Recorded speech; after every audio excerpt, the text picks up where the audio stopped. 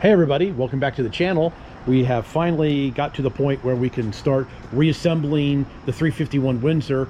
So if you look in some of the past videos and you don't know, I'll catch you up to speed. This motor was in the Mad Mustang. It was locked up. There was a lot of rust in this cylinder and in these two cylinders, and you can still see the marks of the stain and the stain there. And then this one was really bad, so I honed it out. This one honed out a little too big, but we need a motor to stick in this car to get it moving around. So we bought a new piston for this cylinder because the rod was also bent in the cylinder. So somewhere down the line, he hydrostatically locked the engine, or he was blasting nitrous through it and he bent the rod. So now we've got this thing all cleaned up. We're using some Dawn power wash and some water, and we're gonna get all the dirt that we've ground into the block all cleaned up. So the plan today is to at least get the crank in, and we'll go from there. So I'll continue this video. Let me show you the bent rod. Let me go get it, so you know not everybody is up to speed on this motor. So it was locked up, we couldn't get it freed up, and when we got it apart, it had a rough spot where it was turning over real slow, and you can see right there that rod is bent. And then when I was trying to get this rod off the piston, I messed up the piston pin, so I just went ahead and got a new rod and one new piston. The block is 40 thousandths over already. So we have all our parts, we have all our pistons, we have all our rings, we have all our bearings.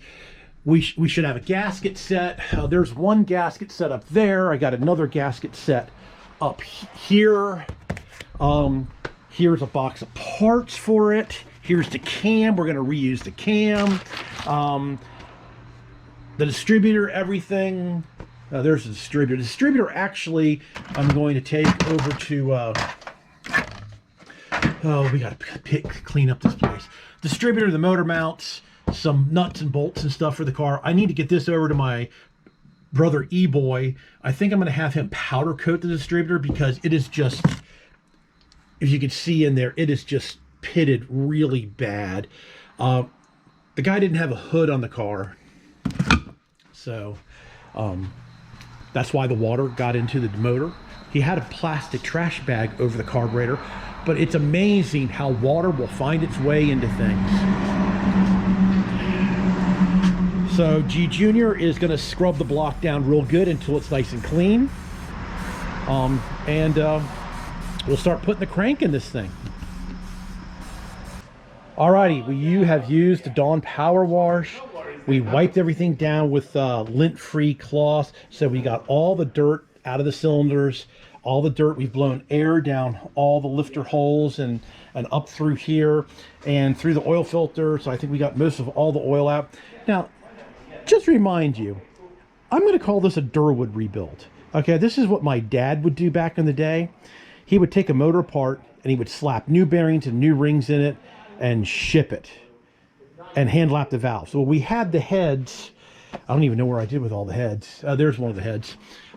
We've had the heads rebuilt. I still need to get a spring. The one spring was broken. So the heads have had new valve jobs, new seals. They're ready to go. And we're going to start getting the crank in this. So we're going to let this thing dry a little bit more, and maybe get the propane torch and just hit it real quick and just try to be sure we get all the water off of it, like right in here. There's still a little water. And then we'll start putting the bearings in and putting the crank in between working on people's cars.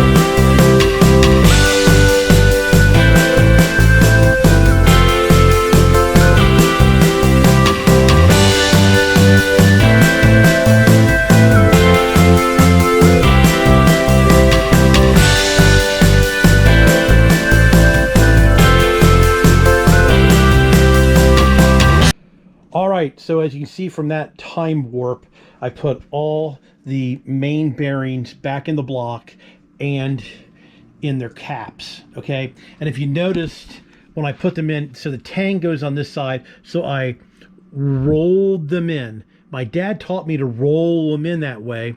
So if there's a burr, that you could get that burr out to make sure they slide in nice and easily. Now, the thrust bearing, because it's got this surface and this surface, sometimes you have to tap that one into place. So we got all those bearings in, and you do not, I repeat, you do not want to oil underneath these bearings. I remember back in the day, I heard somebody that oiled underneath the bearings. As soon as they started the car up, the bearings spun.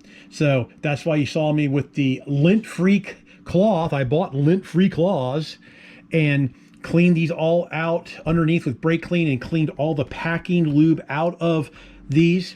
So we also have the new rear main seal. There's the old one. Actually, the old one we probably could use, but we're not. So we went out to the shed. There's the Mustang. Make sure you go check out the other videos on the Mustang. We went and got the crankshaft out, and all the journals on the crank, they're not scarred up, they're not rough, everything looks good. So we cleaned it all off with the safety clean machine, and we used compressed air all through the holes. We're getting ready to go ahead and use a wire brush through them all, and then we'll go ahead and get ready to set the crank back in to the block. Please go check out the Mustang videos. Very good series on this. There's a playlist on the channel.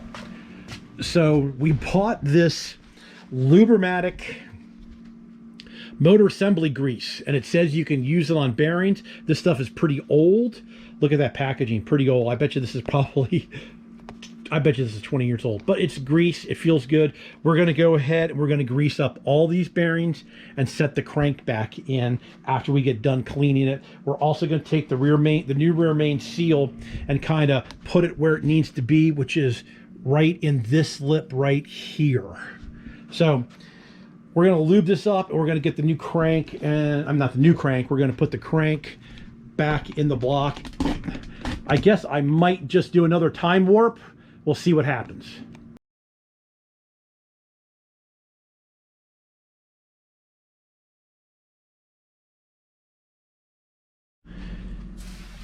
Okay, so we got the crank setting on all the bearings. Now that one started to turn a little because I guess I had turned the crank. We put the rear main seal in, and we have that bottomed out on the lip there, so that's all the way in where it's supposed to be. I'll have to tap that one back in, but as you can see, the crank is spinning nice and smooth. So now we'll do the same thing. We're going to lube up all these, put these on, torque them to the proper specifications, and then the crank will be done. So I might skip that part because it's kind of boring, but I might put you back on a time warp and show you putting all the main caps back on.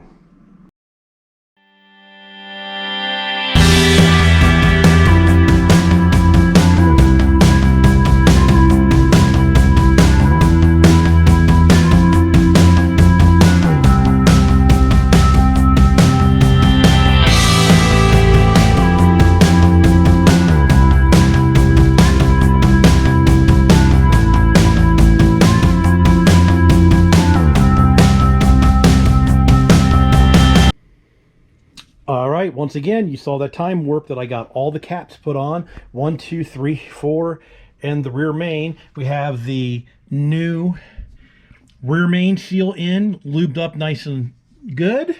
We put silicone in the corner so oil can't leak out. Now, as you saw, I did take a brass hammer and smack on the mains to get them seated fully, and I just used a 1/2-inch wrench just to get them snug. I'll come back and torque them. I haven't torqued them yet, but as you can see, the crank is spinning freely. It's not hitting anything. It looks real good. Remember, this motor had number 8 cylinder, had a bent rod, and it was hitting, I think that's it right there, on the piston, just a little tiny bit when it came around, because that rod made the piston come through a little bit. So I don't think anything's wrong with the crank. The crank, it looks really good. There's no ridges. You can't feel any ridges. Any ridges would hold oil anyway. All right, so I'm very happy with that so far. Feels good. Now, this was already bearing undersize 0.010.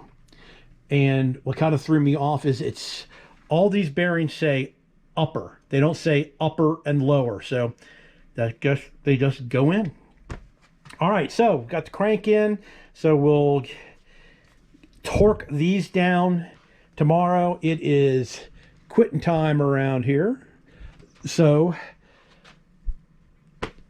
another part done. We'll go ahead and continue working on it. I don't know how long this video is. I don't know if I'll make another part. We'll stop here and make part 2 or just keep rolling. I haven't made up my mind yet. So we will be back on this.